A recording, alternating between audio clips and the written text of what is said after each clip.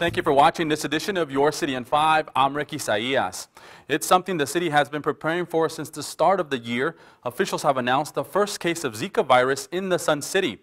Your City in 5 correspondent Armando Saldivar joins us from the Department of Public Health with more on what the city continues to do now that a travel-related case of Zika has been confirmed in El Paso. Armando. Thanks, Rick. The man who was infected traveled from Miami back to El Paso the 1st of August. A few days later, he was tested for Zika, and a few days after, the test results came back positive. You know, if this is a little bit of a wake-up call to people who have been a little bit lax about their mosquito controlling practices, then let's count it as a good thing. We will continue to encourage people to do what it takes to keep the mosquitoes at bay. Those measures include wearing EPA-approved insect repellent, wearing pants and long-sleeve shirts that cover exposed skin, using screens or closing windows and doors to keep mosquitoes out of your home, and removing standing water in and around the home where mosquitoes can breed.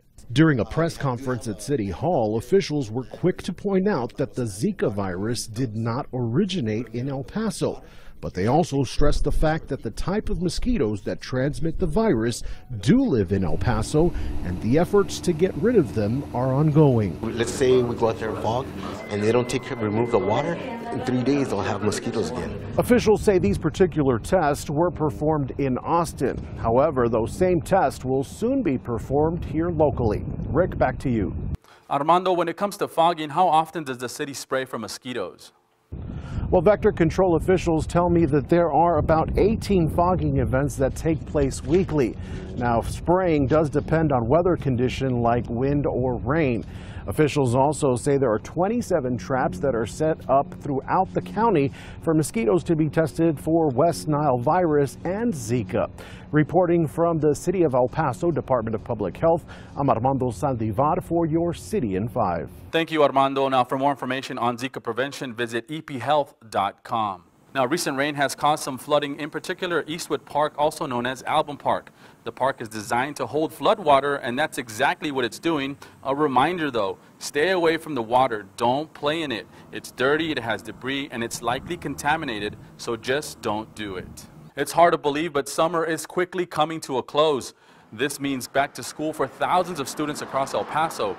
The police department reminds drivers to be extra cautious as students return to class. School zones will be more active, so police ask that drivers watch their speed and slow down in school zones. Keep an eye out for students who are walking. Put that cell phone down also. Never talk and text. Remember, it's against the law. Check your surroundings and don't pass a school bus. The fines can be significant, especially passing school buses. The fine is just the backstory to that. You know, the important thing is the safety of the kids. And some advice for parents: remind your kids to always cross the street at an intersection or a crosswalk. When it comes to city streets, city work crews keep drivers on the straight and narrow by painting traffic lines. Your City in 5 media specialist Jose Solis shows us a new technology used to paint those lines. Ready.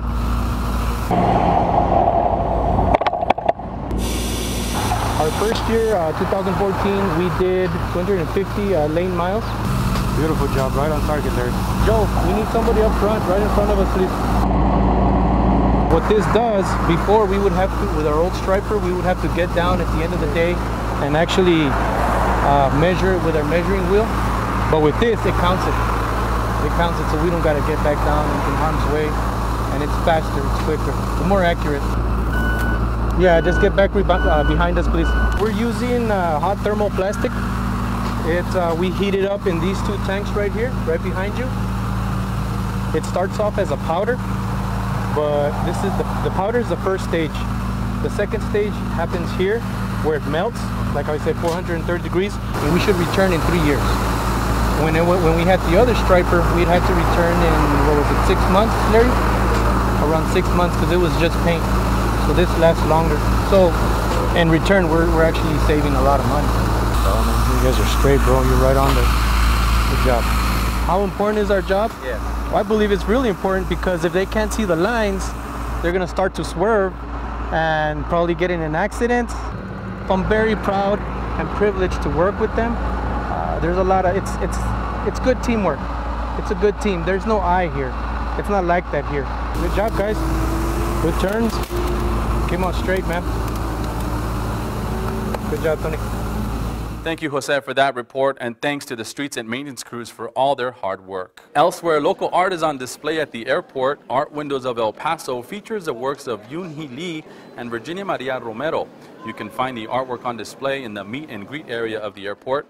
The art will be on display through the end of October. There's more excitement in Northeast El Paso as that part of town continues to grow. Your City in 5 takes you to a recent groundbreaking of a unique project that incorporates a new bus transfer center with shops, restaurants, and apartments that is expected to rejuvenate the old North Cape Mall location. On 3, ready? 1, 2, 3. We're starting the first stage of the revitalization of North Park with the bus terminal and the parking garage. It's been a long time coming. We had a lot of hurdles to get here, but our focus on the here and now is that we did our groundbreaking. We just shoveled some dirt, and the project is on its way. A lot of people are involved, and this is what projects like this do. They get the community involved, create jobs, create opportunities, and create a better El Paso, and this is what this has done today. It makes me feel great. For now, I can stay in my own community without having to go east and west. Well, you can expect to have a premier, outstanding facility, where one is where with the parking garage and the bus terminal, where you will have a retail space, about 17,000 square feet, a retail space in the bus terminal itself, which will be a plus for those who are using the facility. But once the housing portion of it is done, you'll have a parking garage where you can park 180 cars. The amenities that you have where you can live and shop in the same complex. And it's been years and years waiting for that to happen. And now, like Mr. Robinson said, a reality has finally come to Northeast. The Sun Metro Transfer Center should be complete in the fall of 2017. It will connect Northeast El Paso to downtown.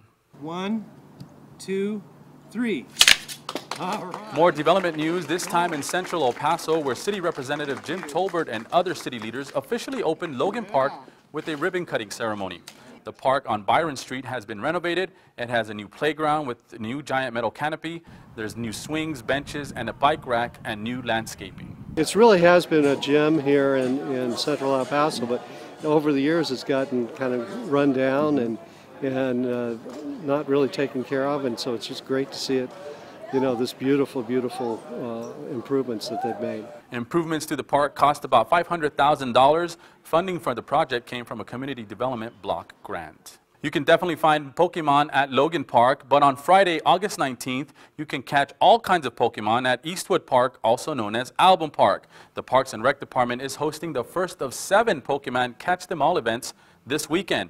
Besides hunting for Pokemon, there will be prizes, giveaways, including a Pokemon team hat. There's also music, games, and charging stations provided by El Paso Electric. Again, the first event is this Friday, August 19th, from 6 p.m. to 11 p.m. at Eastwood Park. For more information, visit elpasoparks.gov and go to the Parks and Recreation page. And there's more to do this weekend. El Paso Police Department and Representative Carl Robinson are inviting everyone to a community fair at Cohen Stadium on Saturday, August 20th. There will be health screenings, a car show, food and music, plus those who show up early will get a free backpack full of school supplies. Also this Saturday, the Art Museum, the History Museum, and the Downtown Library are having a bunch of free family-friendly orientated activities. For more information, visit their websites or their Facebook pages. As you can see, there's a lot happening in the city of El Paso. Remember, you can find out more about these stories and the services provided by the city of El Paso by visiting elpasotexas.gov. We're also on Facebook and Twitter. Until next time, I'm Ricky Saillas with Your City in 5.